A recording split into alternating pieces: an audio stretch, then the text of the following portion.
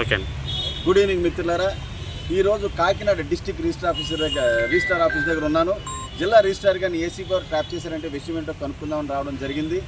ఇక్కడ ఒక partnership deed విషయంలో ఎస్సీ సామాజిక వర్గానికి చెందినటువంటి వ్యక్తి తుని అతుంది మరి రిజిస్ట్రార్ని అప్రోచ్ అయ్యి, సార్ ఇది సాధారణంగా చేసేటటువంటి ప్రక్రియ కాబట్టి నేను డబ్బులు ఇచ్చుకోలేను, మీరు సహాయం చేయండి, ఆ ఫార్మాలిటీస్ ఏవైతే ఉన్నాయో అఫీషియల్గా ఉండేటటువంటి ఫార్మాలిటీస్ నేను ఫినిష్ చేస్తానని చెప్పేసి డిస్ట్రిక్ట్ రిజిస్ట్రార్కి చెప్పడం జరిగిందని నాతో చెప్పడం జరిగింది.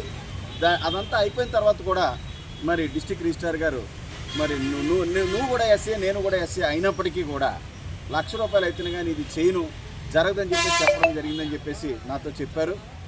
మరి ఈరోజు ఆ ₹1,00,000 ఇచ్చే ప్రాసెస్లోనే మరి ఏసీబీ గారు పక్కగా ప్లాన్ చేసి ట్రాప్ చేయడం జరిగింది. మిత్రులారా, ఒక ఎస్సీఓడ్ అయ్యండి మరొక ఎస్సీఓని కూడా చూడుకోకుండా ఎంత బతిమాలినప్పటికీ కూడా కుదరదు, నాకు డబ్బులు ఇస్తేనే కానీ మరి నేను చేయను అనేటటువంటి దారిలో వెళ్ళడం వల్ల మనసు విసిగిపోయి బాధాతప్త హృదయంతోనే నేను ఏసీబీని అప్రోచ్ అవ్వడం జరిగింది.